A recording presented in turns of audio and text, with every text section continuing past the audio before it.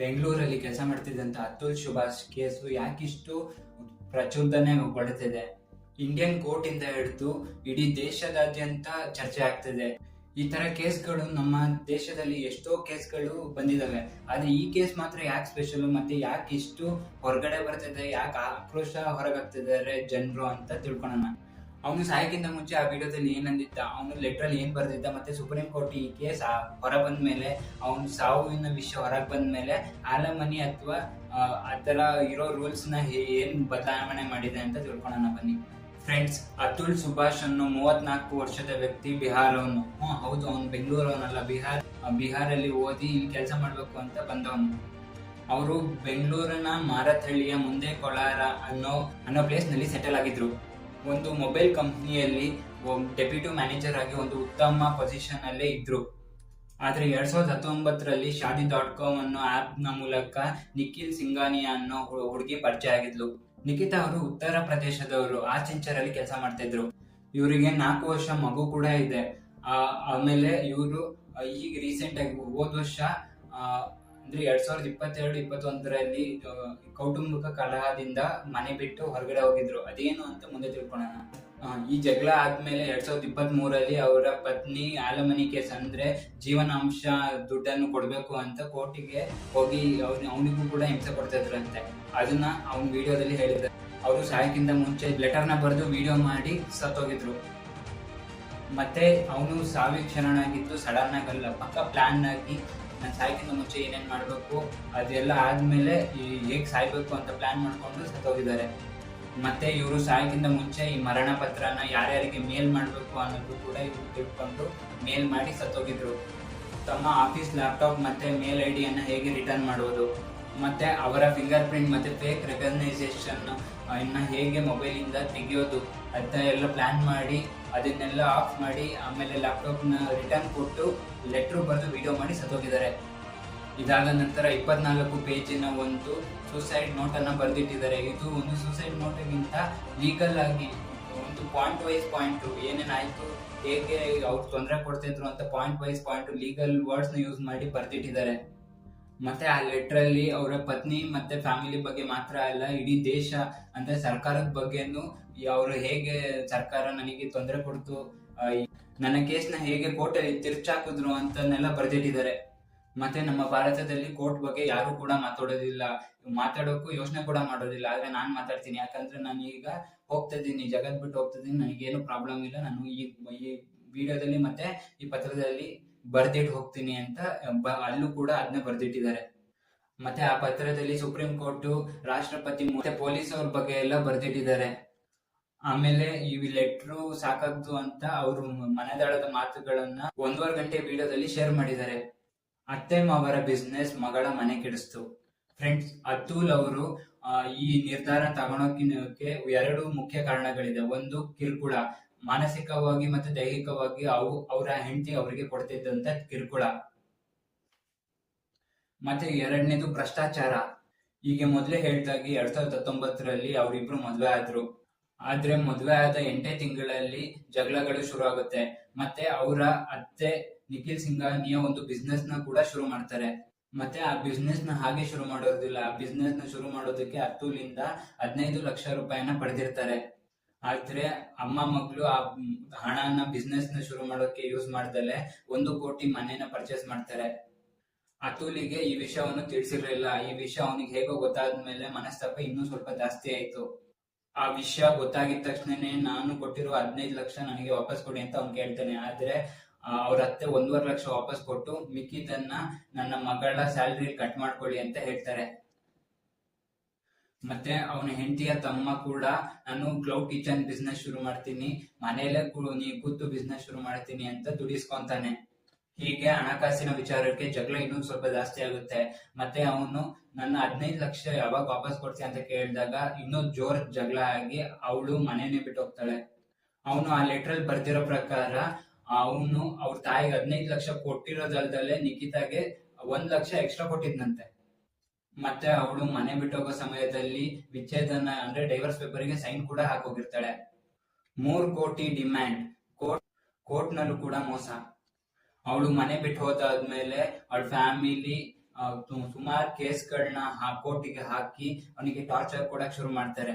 ಅವ್ರ ಫ್ಯಾಮಿಲಿ ಕೋರ್ಟಿಗೆ attempt to murder case ಮತ್ತೆ ದೌರ್ಜನ್ಯ ಡೌರಿ ಕೇಸ್ನೆಲ್ಲ ಫೈಲ್ ಮಾಡ್ತಾರೆ. ಅದು ಕೂಡ ಒಟ್ಟು 9 ಕೇಸ್ಗಳನ್ನ. ಇದೆಲ್ಲ ಆದ್ಮೇಲೆ ಈ ವಿಷಯ ಕೋರ್ಟಿಗೆ ತಲುಪುತ್ತೆ. ಕೋರ್ಟಿಗೆ ತಲುಪಾದ್ಮೇಲೆ ಅವಳು ಕೋರ್ಟ್ ಅಲ್ಲಿ ತಿಂಗಳಿಗೆ 2 ಲಕ್ಷ ಅಲಮನಿ ಕೇಳ್ತಾಳೆ, ಅಂದ್ರೆ ಜೀವನಾಂಶ ದುಡ್ಡನ್ನ ಕೇಳ್ತಾಳೆ. ಗಂಡ ಹೆಂಡತಿ ಬೇರೆ ಆದಾಗ ಹೆಂಡತಿಗೆ ಜೀವನಾಂಶ ಅಂದ್ರೆ ಮಗು ನೋಡ್ಕೊಳೋದಕ್ಕೆ ಜೀವನಾಂಶ ಕೊಡ್ಬೇಕು ಅಂತ ಕೋರ್ಟಲ್ಲೇ ಲೀಗಲ್ ಆಗಿದೆ, ಕೋರ್ಟಲ್ಲೇ ಆ ಕಾನೂನು ಇದೆ. ಮತ್ತೆ ಕೋರ್ಟಲ್ಲಿ ಹೇಗಿದೆ ಅಂದ್ರೆ ಯಾರು ತುಂಬಾ ಬಡವರು ಇರ್ತಾರೋ ಅಥವಾ ಆರ್ಥಿಕವಾಗಿ ಅವ್ರನ್ನ ನೋಡ್ಕೊಳಕ್ ಆಗೋದಿಲ್ವೋ ಅವ್ರಿಬ್ರಲ್ಲಿ ಯಾರು ತುಂಬಾ ಚೆನ್ನಾಗಿರ್ತಾರೋ ಅವರಿಗೆ ಯಾರು ಚೆನ್ನಾಗಿರಲ್ಲ ಅವ್ರಿಗೆ ದುಡ್ಡು ಕೊಡ್ಬೇಕು. ಆದ್ರೆ ಸುಮಾರು ಸತಿ ಹೆಣ್ಮಕ್ಳೇ ಗಂಡ್ ಮಕ್ಳಿಗಿಂತ ದುಡ್ಡಿಸ್ಕೊಂತಾರೆ. ಉತ್ತರ ಪ್ರದೇಶದ ಫ್ಯಾಮಿಲಿ ಕೋರ್ಟ್ ಅಲ್ಲಿ ಈ ಕೇಸ್ ಶುರು ಆಗುತ್ತೆ. ಅಷ್ಟೇ ಅಲ್ದಲೆ ಈ ಕೇಸ್ ನಾನು ಇಲ್ಲಿಗೆ ಕೈ ಬಿಡ್ಬೇಕು ಅಂದ್ರೆ ನನಗೆ 3 ಕೋಟಿ ಕೊಡ್ಬೇಕು ಅಂತ ಕೂಡ ಡಿಮ್ಯಾಂಡ್ ಮಾಡ್ತಾಳೆ ಅವಳು. ಮತ್ತೆ ಕೋರ್ಟ್ ಅಲ್ಲಿ ಜಡ್ಜ್ಮೆಂಟ್ ಕೂಡ ಅವನ ಕಡೆ ಆಗೋದಿಲ್ಲ. ಅವಾಗ ಅವನು 5 ಲಕ್ಷ ಜಡ್ಜಿಗೆ ಕೊಟ್ಟು ಅಥವಾ ಲಾಯರಿಗೆ ಕೊಟ್ಟು ಸೆಟಲ್ ಮಾಡ್ಕೊಳೋಣ ಅಂತ ಹೋಗ್ತಾನೆ. ಆದ್ರೆ ಅವಾಗ ಹೋದಾಗ ನಿನಗೆ ಅಷ್ಟೊಂದು ಆದಾಯ ಬರುತ್ತೆ, ಇಷ್ಟು ಕೊಡಕ್ಕಾಗಲ್ವಾ ಅಂತ ಕೋರ್ಟ್ ಅಲ್ಲಿರೋ ಜಡ್ಜೆ ಬೈದು ಅವನಿಗೆ ಹೊರಗಡೆ ಕಳಿಸಿದ್ದಾರೆ. ಈ ರೀತಿ ದುಡ್ಡು ಕೊಡ್ಬೇಕು ಅಂತ ಜಡ್ಜ್ಮೆಂಟ್ ಬಂದ್ಮೇಲೆ ಅತುಲ್ ಜಡ್ಜಿಗೆ ಹೇಳ್ತಾನೆ, ಎಷ್ಟೋ ಜನ ಈ ರೀತಿ ಫಾಲ್ ಕೇಸ್ ಹಾಕಿ ಗಂಡ್ ಮಕ್ಳು ಸೂಸೈಡ್ ಕೂಡ ಮಾಡ್ಕೊಂತಿದ್ದಾರೆ, ಎಷ್ಟೋ ಜನ ಸತ್ತು ಹೋಗಿದ್ದಾರೆ ಅಂತ ಹೇಳಿದಾಗ ಅಲ್ಲೇ ಇದ್ದ ನಿಖಿತ ನೀನ್ ಯಾಕೆ ಇನ್ನೂ ಇಲ್ಲಿ ಇದ್ಯಾ, ನೀನು ಸಾಯ್ಬೇಕಿತ್ತಾನೆ ಅಂತ ಹೇಳುತ್ತಾಳಂತೆ. ಮತ್ತೆ ಅವಳು ಅವಾಗ ಆ ರೀತಿ ಹೇಳಿದಾಗ ಜಡ್ಜ್ ಅವಳ ಮುಂದೆನೆ ನೆಗಾಡದ್ರಂತೆ. ಅವನು ಬೆಂಗಳೂರಲ್ಲಿ ಕೆಲಸ ಮಾಡ್ತಿದ್ರಿಂದ ಪದೇ ಪದೇ ಯುಪಿಗೆ ಹೋಗ್ಬೇಕಾಗಿರುತ್ತೆ. ಒಂದೊಂದ್ಸತಿ ಜಡ್ಜ್ ಬಂದಿಲ್ಲ ಅಂತ ಕೋರ್ಟಿಂದ ವಾಪಸ್ ಕಳ್ಸಿದ್ರು, ಒಂದೊಂದ್ಸತಿ ಕೇಸ್ ಹಿಯರಿಂಗ್ ಟೈಮ್ ಇಲ್ಲ ಅಂತ ವಾಪಸ್ ಕಳ್ಸಿದ್ದಾರೆ. ಅವನು ಹೋಗಿ ಬಂದು ಅದು ಕೂಡ ಫ್ರಸ್ಟ್ರೇಷನ್ ನ ಹೊರಗಾಕಿದ್ದಾನೆ. ಮತ್ತೆ ಲೆಟರ್ ಅಲ್ಲಿ ನಮಗೆ ವರ್ಷದಲ್ಲಿ ಬರೀ 23 ರಜಾ ಅಷ್ಟೇ ಕೊಡೋದು ಬೇಕು ಅಂತಾನೆ ಇವಳು ದೂರದಲ್ಲಿರೋ ಕೋರ್ಟಿಗೆ ಕೇಸ್ ಹಾಕಿದ್ದಾಳೆ ಅಂತಾನು ಬರ್ದಿಟ್ಟಿದ್ದಾನೆ. ಮತ್ತೆ ಅಲ್ಲಿನ ಜಡ್ಜು ಹೆಣ್ಮಕ್ಳಿಗೊಂಥರ ಗಂಡ್ಮಕ್ಳಿಗೊಂಥರ ಆದ್ರೆ ಪಕ್ಷಪಾತ ಮಾಡ್ತಾರೆ ಅಂತಾನು ಬರ್ದಿಟ್ಟಿದ್ದಾರೆ. ಮತ್ತೆ ಅವಳು 2022ರಲ್ಲಿ ಡೈವರ್ಸ್ ಪೇಪರ್ಗೆ ಸೈನ್ ಹಾಕಿ ಮನೆ ಬಿಟ್ಟು ಹೋದ್ಲು. ಆದ್ರೆ ಈ ಸತಿ ಕೋರ್ಟಿಗೆ ಹೋದಾಗ ನಾನು 2022ರಲ್ಲಿ ಡೈವರ್ಸ್ ಪೇಪರ್ಗೆ ಸೈನ್ ಹಾಕಿಲ್ಲ, ನಮ್ಮ ಲಾಯರ್ ಗೊತ್ತಿಲ್ದಲೆ ಪೇಪರ್ಗೆ ಸೈನ್ ಹಾಕಿದ್ದಾರೆ, ಇದಕ್ಕೂ ನನಗೂ ಸಂಬಂಧ ಇಲ್ಲ ಅಂತ ಜಡ್ಜ್ ಮುಂದೆ ಹೇಳಿದ್ಲಂತೆ. ಅಷ್ಟೇ ಅಂತಲ್ಲ, ಇವಳು ಹೇಳಿದ್ದು ಸರಿನಾ ತಪ್ಪ ಅಂತಾನೆ ಜಡ್ಜ್ ಮಾಡ್ದಲೆ ನೋಡ್ದಲೆ ಪ್ರೂಫ್ ಇಲ್ದಲೆ ಜಡ್ಜ್ ಕೂಡ ಇದನ್ನ ಒಪ್ಕೊಂತಾರೆ. ಆಮೇಲೆ ಅವ್ರ ಕಡೆ ಜಡ್ಜ್ ಅವಳು ಇಟ್ಕೊಂಡಿದ್ಲಲ್ಲ ಅವ್ರ ಜಡ್ಜು 3,000-4,000 ಕಿತ್ಕೊಂತಿದ್ರಂತೆ. ನೀನು ಈ ರೀತಿ ಕೊಟ್ರೆ ನಾನು ಇದರಿಂದ ಹೊರಗಡೆ ತರ್ತೀನಿ ಅಂತ ಮತ್ತೆ ಕಾಲ್ ಮಾಡಿ 3 ಲಕ್ಷ ತನಕ ಬೇಡಿಕೆ ಇಟ್ಟಿದ್ರಂತೆ. ಮತ್ತೆ ಕೋರ್ಟ್ ಕ್ರಾಸ್ ಎಕ್ಸಾಮಿನೇಷನ್ ಟೈಮ್ ಕೊಡುತ್ತೆ, ಅದು ಕೂಡ ಕಮ್ಮಿ ಟೈಮ್ ಕೊಡ್ತಿದ್ರು ಅಂತ ಕಂಪ್ಲೇಂಟ್ ಮಾಡಿದ್ದಾರೆ. ಮತ್ತೆ ಕ್ರಾಸ್ ಎಕ್ಸಾಮಿನೇಷನ್ ಯಾವಾಗ ಬೇಕು ಅವಾಗ ಕರೀತಿದ್ರು, ನೀಟಾಗಿರೋ ಡೇಟಾ ಕೊಡ್ತಾ ಇರಲಿಲ್ಲ ಅಂತ ಬರ್ತಿದ್ದಾರೆ. ಮತ್ತೆ ನನ್ನ ಒಟ್ಟು ಇನ್ಕಮ್ ಅಂದ್ರೆ ನನ್ನ ತಿಂಗಳಿಗೆ ಬರೋ ಸ್ಯಾಲರಿನ ಟ್ಯಾಕ್ಸ್ ಕಟ್ಟೋದಕ್ಕಿಂತ ಮುಂಚೆನೆ ಒಟ್ಟು ಇನ್ಕಮ್ ಅಂತ ಕನ್ಸಿಡರ್ ಮಾಡಿ ಇಷ್ಟು ಇನ್ಕಮ್ ಇದೆ ಇದರಲ್ಲಿ ಪಾಲ್ ಕೊಡ್ಬೇಕು ಅಂತ ಡಿಸೈಡ್ ಮಾಡಿದ್ರಂತೆ. ಮತ್ತೆ ಜಡ್ಜು ಮಗುನ ನೋಡ್ಕೊಳ್ಳೋದಕ್ಕೆ ತಿಂಗಳಿಗೆ 40,000 ಎಕ್ಸ್ಟ್ರಾ ಕೊಡ್ಬೇಕು ಅಂತ ಕೂಡ ಜಡ್ಜ್ಮೆಂಟ್ ಕೊಟ್ಟಿದ್ರಂತೆ. ಆದ್ರೂ ಅವನು ಎಲ್ಲದಕ್ಕೂ ಒಪ್ಕೊಂಡು ಎಲ್ಲದಕ್ಕೂ ಸರಿ ಮಾಡಿ ಅಷ್ಟು ದುಡ್ಡು ತಿಂಗಳಿಗೆ ಟ್ರಾನ್ಸ್ಫರ್ ಮಾಡ್ತಿದ್ದ. ಅದು ಯಾವಾಗ ಟ್ರಿಗರ್ ಆಯ್ತು ಅಂದ್ರೆ ಇಷ್ಟೆಲ್ಲ ಮಾಡಿದ್ರು ಅವ್ರ ಮಗನ್ನ ಇವನು 3 ವಿಡಿಯೋ ಕಾಲ್ ಮಾಡಕ್ ಬಿಡ್ತಿರ್ಲಿಲ್ಲ, ಮತ್ತೆ ಫೋನ್ ಕೂಡ ಮಾಡಕ್ ಬಿಡ್ತಿರ್ಲಿಲ್ಲ, ಮೀಟ್ ಆಗಕ್ಕೂ ಬಿಡ್ತಿರ್ಲಿಲ್ಲ. ಅದು ಕೂಡ 3 ವರ್ಷ. ಇದನ್ನೆಲ್ಲ ವಿಡಿಯೋದಲ್ಲಿ ಅವರು ಆರೋಪವನ್ನು ಹೊರಿಸಿದ್ದಾರೆ, ಆಡಳಿತ ಈ ವಿಡಿಯೋದಲ್ಲಿ ತಿಳಿಸಿದ್ದಾರೆ. ಇಷ್ಟೆಲ್ಲ ಆದ್ಮೇಲೆ ಅವರಿಗೆ ಸಪರೇಟ್ ಆಗಿ 70,000 ರೂಪಾಯಿ ಜೀವನಾಂಶವನ್ನು ಕೊಡ್ಬೇಕು ಅಂತ ಕೋರ್ಟ್ ಡಿಸೈಡ್ ಮಾಡುತ್ತಂತೆ. ಇಷ್ಟು ದೊಡ್ಡ ಮೊತ್ತವನ್ನು ಯಾರಿಗೂ ಕೊಡಕ್ಕೆ ನನಗೆ ಮನಸ್ಸು ಹೋಗ್ತಾ ಇಲ್ಲ. ಭಾರತದ ಪರ್ ಕ್ಯಾಪಿಟಲ್ ಇನ್ಕಮ್ ಇರೋದು ಅಂದ್ರೆ ಮಾಮೂಲಿ ಇನ್ಕಮ್, ಜೀವನ ನಡೆಸೋಕೆ ಬೇಕಾಗಿರೋದು 15,000 ಅಷ್ಟೇ. 80,000 ಇಲ್ಲಿ 15,000 ಇಲ್ಲಿ ಅಂತಾನು ಹೇಳಿದ್ದಾರೆ. ಇದು ಹೀಗೆ ನಡೀತಿದ್ರೆ ನನ್ನ ಪತ್ನಿ ನನ್ನ ಮೇಲೆ ಇಲ್ಲ ಸಲ್ಲದ ಇನ್ನು ಎಕ್ಸ್ಟ್ರಾ ಕೇಸ್ಗಳು ಆಗ್ತವೆ. ಈ ತರ ಕೇಸ್ಗಳನ್ನ ನನಗೆ ಹೋರಾಡಕ್ ಆಗ್ತಾ ಇಲ್ಲ ಅಂತ ಮಾಡಿ ತೋರ್ಕೊಂಡಿದ್ದಾರೆ. ನ್ಯಾಯನೇ ಸರಿ ಇಲ್ಲ, ನ್ಯಾಯನೇ ಗಲಾಟೆ ಆಗಿರೋ ದೇಶದಲ್ಲಿ ಇನ್ನು ನಾನು ಹೋರಾಡಕ್ ಆಗೋದಿಲ್ಲ. ನನ್ನ ಕೇಸನ್ನು ವಾಪಸ್ ತಗೊಂತೀನಿ, ನನ್ನ ಫ್ಯಾಮಿಲಿನ ಈ ಕೇಸಿಂದ ಕಾಪಾಡ್ತೀನಿ ಅಂತ ಆಡಳಿತ ಹೇಳಿದ್ದಾರೆ. ಯುಪಿ ಕೋರ್ಟ್ ಮೇಲೆ ನಂಬಿಕೆ ಇಲ್ಲ, ಕರ್ನಾಟಕದಲ್ಲಿ ಈ ಕೇಸ್ನ ಟ್ರಾನ್ಸ್ಫರ್ ಮಾಡಿ ಭಾರತದ ನ್ಯಾಯಾಂಗಕ್ಕೆ 25 ಪ್ರಶ್ನೆಗಳನ್ನು ಇಟ್ಟಿದ್ದಾರೆ ಮತ್ತು ತನ್ನ 12 ಆಸೆಗಳನ್ನ ಹೇಳಿದ್ದಾರೆ.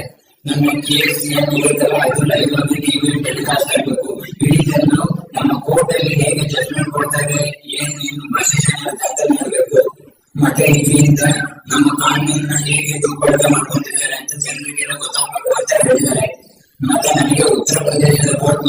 ಕರ್ನಾಟಕಕ್ಕೆ ಟ್ರಾನ್ಸ್ಫರ್ ಮಾಡಿ ಅಂತ ಹೇಳಿ ನನ್ನ ಮಗುವನ್ನ ಯಾರಿಗಾದ್ರೂ ಜಾಗ ವ್ಯಕ್ತಿಗಳಿಗೆ ಕೊಟ್ಬಿಡಿ ಹೇಳಿ ಅಂತ ತಿಳಿಸಿದ್ದಾರೆ.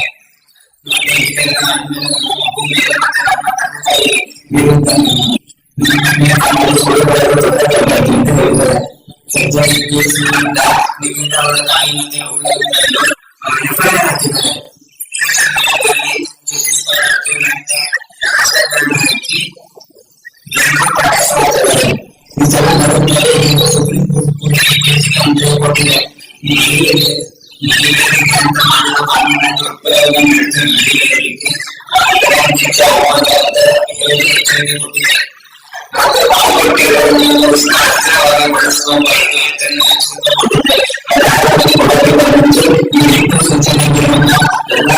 ಪಾಲಿಸಿ